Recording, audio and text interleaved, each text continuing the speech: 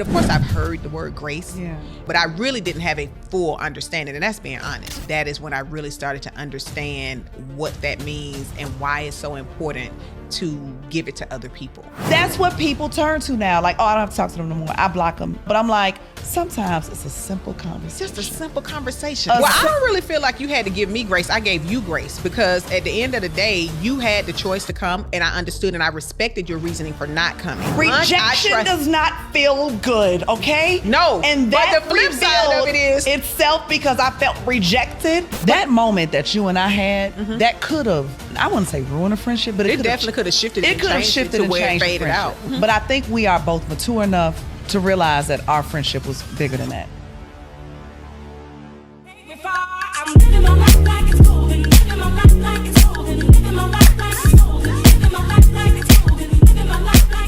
Welcome to episode 4 of Mamas on the Move. I'm Brandi. And I'm Keshia.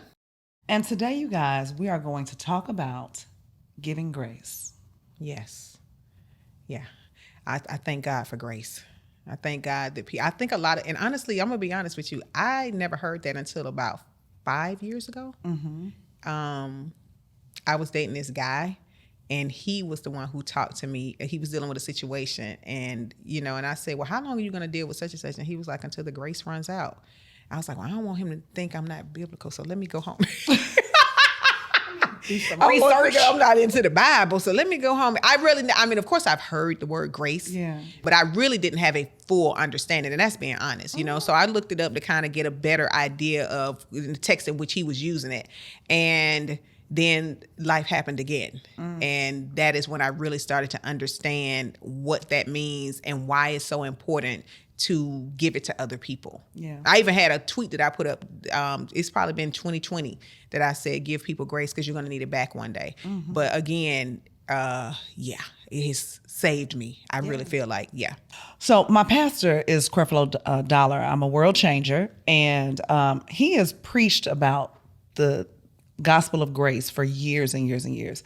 And the fact that you can choose a topic and preach on it for several years lends to the idea that people don't really understand it, don't understand the depths of it and what it means to give it and what it means to be on the receiving end, right?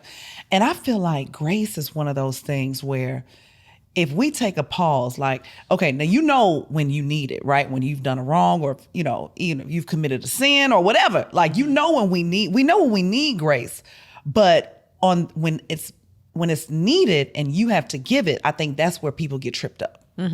So to me, it's like, okay, we internalize a lot more than we should. And we take things a lot more personal than we should, right? Not truly understanding what that person is dealing with or going through. So I think that's the part where people kind of like, they judge. They either come up with their own interpretation of what they think things should be, not really understanding what it is for the other person. Right. So I feel like the grace thing is taking a pause before you send that text, before you even construct an opinion or cast judgment. That's where the whole grace thing kind of comes in. Okay. That's where you like, okay, let me take a step back, and maybe I'm looking at this the wrong way. Maybe I should offer a little more compassion. Maybe I should offer a little more just grace, right? So I feel like that's been big for me. It's been big for me in my marriage. It's been big for me with my friendships because it's easy to just kind of one side think because your side is your side, right? How you think is how you think until you get a deeper understanding. Like you said, you stopped before you sent that message. I had that same exact issue last night. Oh my God. And I'm like, I'm glad I didn't send the text because I was like, well, why didn't he think of me and make this call? Not knowing all hell had broken loose in his world, and I had no idea. And my delivery was so much different because I didn't take offense, right? I didn't take offense to what I thought that person should have been doing. I just kind of shifted my thoughts around it. And I said, okay, because my husband walked in the house and he told me what happened. And because because I was like, why you didn't call and tell me you were going to be late? And that's what I was thinking I should do, right? Right. Send a message. Why you didn't, in my feelings. But when he came in, he told me what happened. And then he told me what else happened. I'm like, oh my God. If I had sent that text in that moment, it would have been almost insensitive. It would have, yeah. It would have been insensitive because, you just got to take a pause sometimes. And I'm so grateful that I took the pause because when he walked in and I gave him a kiss. And that's what he needed. He needed my gentle spirit. He didn't need my, why didn't He didn't need that, right? So I've learned, I'm telling you, and I don't know, I think it's maturity. I don't know if it's just life itself as we grow, but I've had a lot of those moments where I didn't send a text. And I think that to me is that's extending grace, even for myself, because I felt like if I had sent the text, it would have created a moment that didn't have to be, right? So I'm like, man, I'm gracious. I was gracious in my act of not sending it. You feel me? Oh, absolutely. Yeah. I absolutely understand, for sure. I think that, and that's the other thing. It can be many things. I think grace can. The way you extend it, the way you receive it. In your situation, you decided not to send a text yesterday. I don't even know if I looked at that as grace as much as I think it was just a maturity that I took the time to pause. Yeah. And get some insight from my therapist before, because I was just in my feelings. Yeah. I was definitely going to send it based upon how I was feeling in that moment. But I also feel like, okay, so this is something for me that's a thing for me. Now, we all know people have said forever D become before P. Can we talk about that while we still talking about grace? Because it's all kind of anyway. It go hand in hand. What I have noticed with women, we will cut off a friend about doing something that we had. It could be something about feelings being hurt. It could be a misunderstanding. We'll never talk to them again. I have never done this because anybody that's my friend is like a sister to me. Yeah. And I just cannot, but I've seen women do that with friendships. Yeah. But they will be with a man who's been dragging their ass for years and give chance. And I understand the relationships are different, but this not even necessarily their husband. I'm just talking about with boyfriend, situationships, whatever. And you get but a friend. They don't get the same grace. Don't get the same grace. Yeah. And I don't understand. I don't understand that. I don't understand that. I really, really don't. And it's just that. So to me, it's like, okay, I want to make sure that I want my grace to be those that I love that are close to me. I want all my people to feel that, to be consistent. That's the word, right? Consistent. Yeah. I want to be consistent in giving grace. Not, oh, well, this, and I know men and women, they, things happen that, your friend can't do or whatever. I mean, depending on how you move. I mean, that's your business. But I'm just saying, that really bothers me. Yeah. So for me, I feel like grace is, forgiveness is a part of grace. Oh, absolutely. Understanding, patience. All of those things to me are part of, giving grace because, and I have needed all of the above. Yeah. Somebody to be patient with me, understanding, forgiving me. Nobody's perfect. You know what I mean? And I feel like too, it's a generational thing because this generation, as we know, we have younger friends, right? Mm-hmm. They will cut you off, honey. In a heartbeat. They'll block you. And it's so easy to block. Yep. Yeah. One person we know in particular is the block person. That we love dealing with. Yeah, we'll block everybody for anything and everything. Captain. The block captain. But that's what people turn to now. Like, I don't have to talk to them no more. I block them. I just unfriend them. Right. But I'm like, sometimes it's a simple conversation. Just a simple conversation. But that's what people avoid now. Yes. People avoid. Yes. But that's what we talk about. It gets back to real friends. Real friends will hold you accountable. Mm-hmm. Real friends aren't afraid to have difficult or fierce conversations. Yeah. Because sometimes that's needed in order to get past whatever it is. Yeah. But you have to have grace enough or care enough for that person to even want to do it, right? Yeah, agreed. But I'm like, I feel like this generation is it's so easy for that to happen. Well, I also think that, and I have some women in my group that in their 50s or 40s and they do it, and they do it. And that's what made me bring it up because I know sometimes they're in complicated relationships with men. Yeah. But they will stop talking to their mother. They'll stop talking to their sister. And I'm like, you get one. I don't really understand that. And I have called them to that, and I go in on that because forgiveness is not always just about you. It's also, for you, it's what it says it's not for the other person, it's for you. Because when you hold on to that kind of bitterness and pain, it starts to internalize within you. And I also have very direct conversations with them. When I get women in there who are in their 50s or 40s and they're like, well, I don't really have a friend circle because I just really don't deal with women.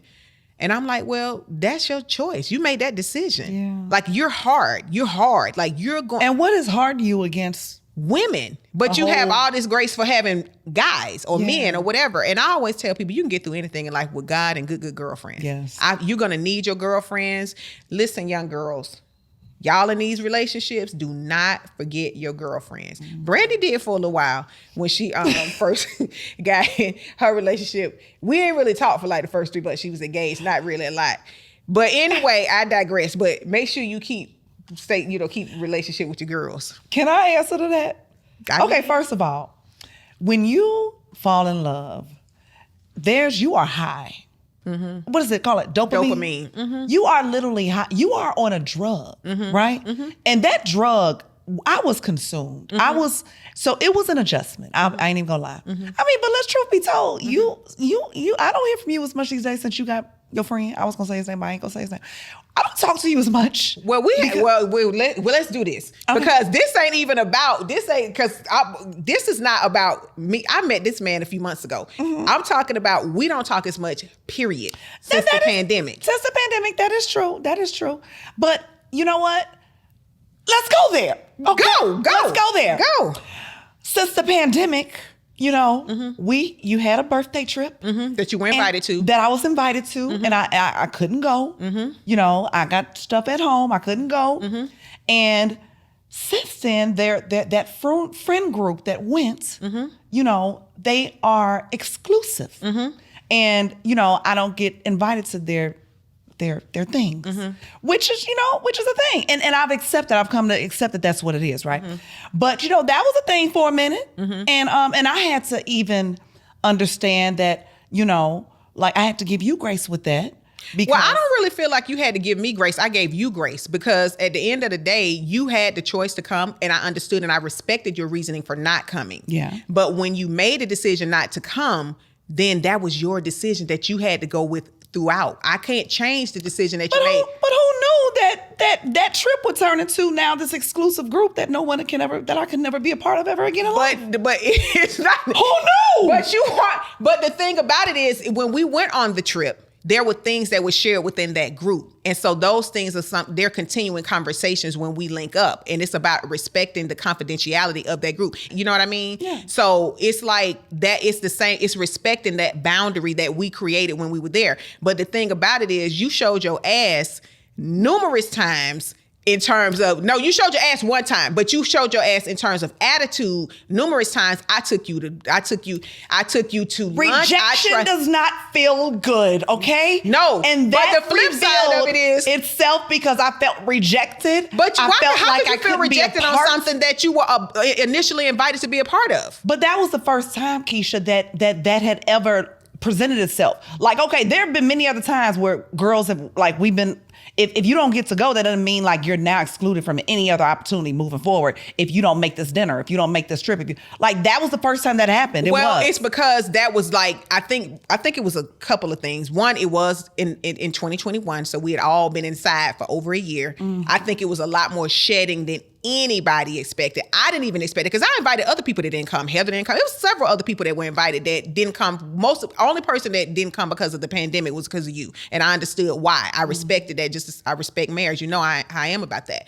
But there were things that I didn't even expect necessarily to be shared and talked about. And then when everybody was like, oh, this has been so good, when we get back home, we need to stay in touch, continue to encourage, support. And it just went like that. But can I ask the world?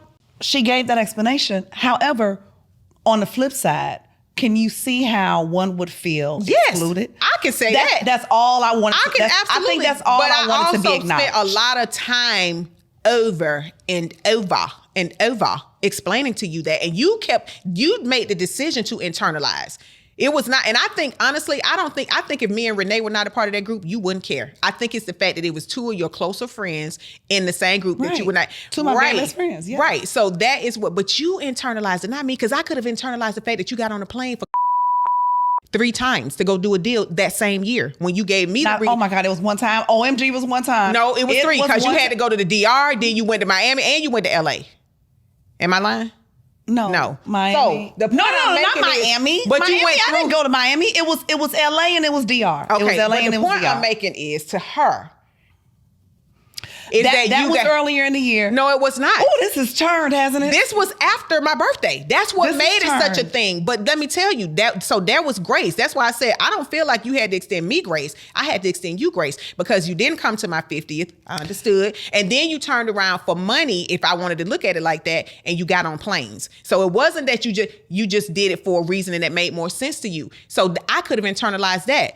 And it hurt me at first. But then I was like, she doing what she got to do. We talk about all the time. You doing the best. We all do the best we can with what the scenario is. Very true. Very true. So again, okay. So you had your reasoning to, y'all had y'all reasoning to do that.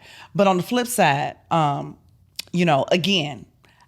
you took offense when I would show my, I guess, passive aggressiveness. My passive aggressiveness, because I wasn't always happy with what was agreed upon, that nobody can be a part of that group. So, but not nobody, that I could not be included in those moments. Well, you're not the only person you're the only person who took it to as a, because I asked the group, like, I have a girlfriend who really feels some type of way, and are we open? No, but I'm one of your best friends though. So but I didn't want to I didn't want to give your name. So the reason I discussed it and disclosed it like this is because I wanted to see if anybody else was having this same thing, and should we be open to opening it up? But nobody else was having it.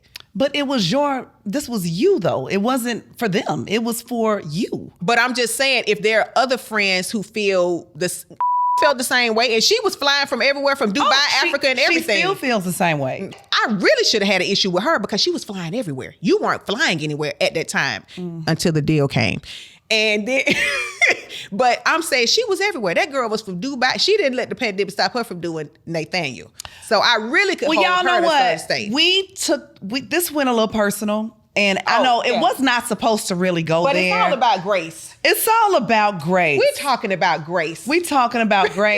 And I have had to be given grace because I've shown my ass a couple of times surrounding that. And in turn, I've had to also extend grace because we are grown women. Yes. And relationships evolve and they change. And this all started from us not talking as much as we normally do, right? Mm-hmm. That's where this whole conversation, it went here and there, but it started from that. Mm-hmm. And that started from the pandemic, it did, right? But again, I feel like social media always has played a role in that too, because we send each other memes, we text, so we still communicate, but we don't talk on the phone as much as we do. We kind of keep up with each other, other ways socially, but we don't talk as much. Where we gotta land a plane. I think what it all boils down to is that moment that you and I had, that could have ruined, I wouldn't say ruin a friendship, but it definitely could have shifted. It could have shifted and changed the friendship. Out. Right. Yeah. Mm-hmm. But I think we are both mature enough to realize that our friendship was bigger than that. Mm-hmm. And we had the conversations we need to have. Right. It was some tears shed. Remember? You and Renee. Yeah, it was some tears shed. Mm-hmm. And I'm glad we were able to work through that and extend each other the grace that we need. Mm-hmm. And I think what it boils down to is that I think it's important that we do that for each other. Mm-hmm. That one, we extend ourselves grace. Two, we extend our girlfriends grace. Mm-hmm. We extend our significant others grace. Children. We extend our children, our husband, because we all need it. And not even just our inner circle. It can be the person at Target. Oh, you don't know what people are going through. Exactly. You don't know what people are going through. So I think grace should always be at the forefront of our mind because you never, ever know what people are going through. I think that was well said, B. Yeah. Yeah. Nothing to add to that. So tune in next week for episode 5 of Mama's on the Move 2.0. We will see y'all next time.